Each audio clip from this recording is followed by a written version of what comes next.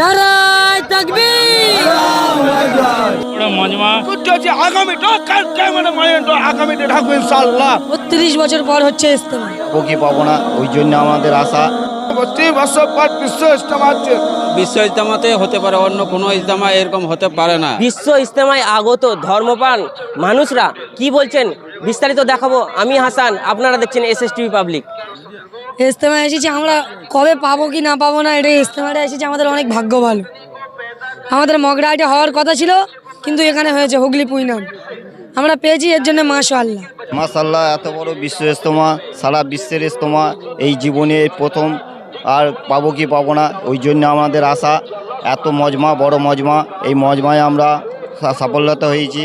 প্রচুর লোক, 2-4 কোটি লোকের সমাগম এখানে, প্রচুর লোক, মেহমান, সব কিছুই এই ইজতেমায় যারা আল্লাহর কামিয়াব করবে, আল্লাহর দিন সম্পর্কে প্রচার করার জন্যে এই সমস্ত কিছু আল্লাহ তাআলা আমাদের।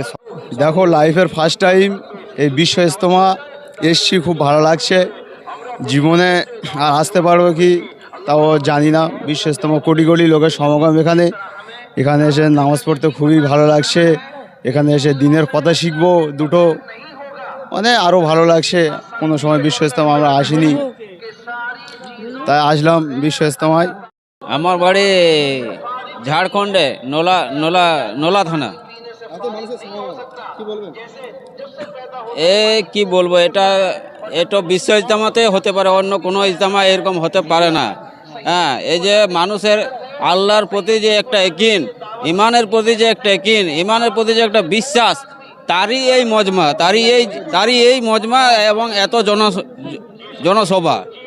হ্যাঁ, আর যতই ঠান্ডা লাগুক, আর যতই যাই লাগুক, যতই পানির কষ্ট থাকুক, কিন্তু তো সেইগুলাকে মেনে নিয়ে তবু এখানে সবাই একত্রিত, এবং কারোর মধ্যে কোনো মনোমালিন্য নেই। ৩২ বছর পর বিশ্ব ইজতেমা হচ্ছে বাংলাদেশ, পশ্চিমবাংলায় দীর্ঘ ৩২ বছর বিশ্ব ইজতেমা হচ্ছে। যেন যজ্ঞ হয়েছিল 1992 সালে হাওড়া জেলা, তারপর চটাই হয়েছিল 1997 সালে, আর হয় না বাংলাদেশ।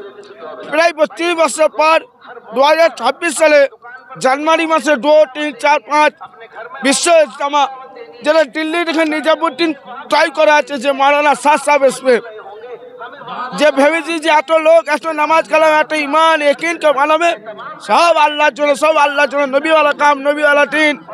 আর এই মেহনতের জিন্দগি সাহাবারা মেহনত প্রত্যেকে ইনশাআল্লাহ একত্রিত হচ্ছে। আগামীটা আগামীতে থাকবে ইনশাআল্লাহ। আল্লাহকে সন্তুষ্ট করার জন্য এই বিশ্ব ইজতেমায় এসেছেন, এমনটাই তারা জানাচ্ছেন।